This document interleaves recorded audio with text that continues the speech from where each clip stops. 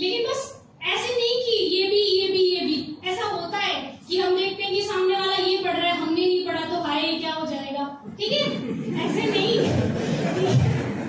ठीक है, जो हमारे पास है उसी पे स्टिक रहना है और मतलब मल्टीपल टाइम्स रिवीजन करना है। ठीक है, सोर्सेस आप देख लीजिएगा, मतलब ऑनलाइन भी और ऑफलाइन भी। ऑफलाइन तो आपके पास मिलता ही होगा, यहाँ से जो भी आपके पास रिसोर्सेज है।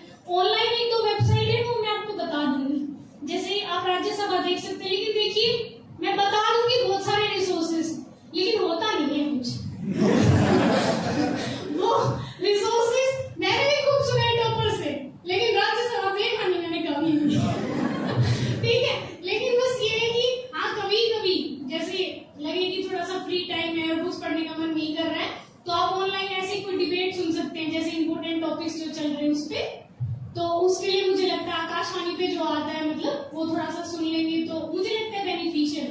ठीक है, क्योंकि मैंने जो नहीं किया मुझे लगता है कि मुझे करना चाहिए था, वो भी मैं आपको बताऊंगी, तो आप वो भी कर लेना। ठीक है, तो सोर्सेस हो गए और उसके बाद आते हैं हम रिवीजन पे। देखिए सबका पढ़ने का पैटर्न अलग होता है। I am just saying mine, मतलब मैंने क्या किया।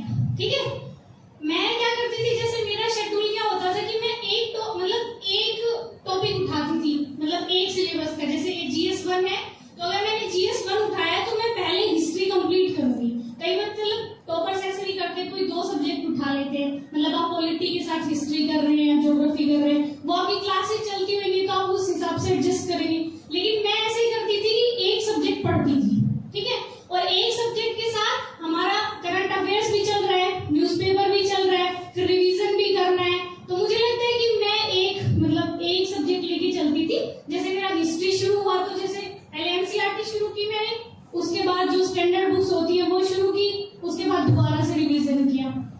तो आप अपने हिसाब से देखेंगे कि आपको एक सब्जेक्ट शुरू करना है या 2 सब्जेक्ट शुरू करने हैं। पर मैंने एक सब्जेक्ट शुरू किया था, मतलब बीच में अगर कुछ मुझे समझ में नहीं आता था तो मैं छोड़ देती थी कि ये बाद में कर लेंगे, मतलब अभी अगर नहीं आ रहा है, मतलब जब मैं देख लेती थी ऑनलाइन सारा कि नहीं कुछ नहीं समझ में आ रहा है, उसके बाद मैं दूसरा स्टार्ट करती थी। तो आपके पास तो टीचर्स हैं, आप तो मतलब आपस में दोस्त भी सारे UPSC वाले हैं, तो मतलब फ्रेंड से भी हो सकता है, टीचर से भी हो सकता है आपका, मतलब जो भी डाउट हो। ठीक है, और उसके बाद मैं थोड़ा प्रीलिम्स मेंस और ऐसे करके बता देती हूँ थोड़ा सा। सर ये इरेज कैसे होगा?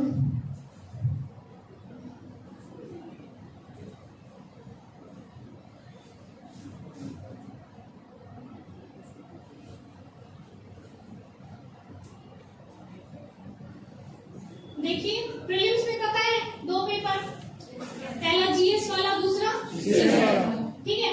अभी प्रीलिम्स आप सब देंगे ना इस बार? 24 में। नो 24 कोई देगा, कोई नहीं। ठीक है, पहला पेपर GS वाला, ठीक है, और दूसरा पेपर CSET। देखिए मैं इतना कहूंगी कि अभी प्रीलिम्स थोड़ा टफ होता जा रहा है, तो प्रीलिम्स को मतलब हम लाइटली ना लें। और हिंदी मीडियम में तो वैसे ही प्रीलिम्स में थोड़ा सा होता है डिफिकल्ट, है ना।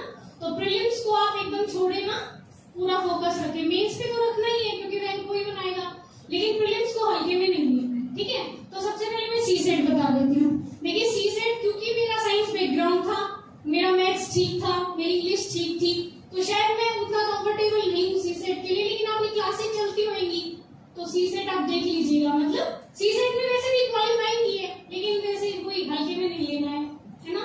बच्चों को मैंने देखा है, कई बच्चे मतलब मेरे साथ भी थे जिनका GS में 120 स्कोर हो रहा था और CSET नहीं हुआ।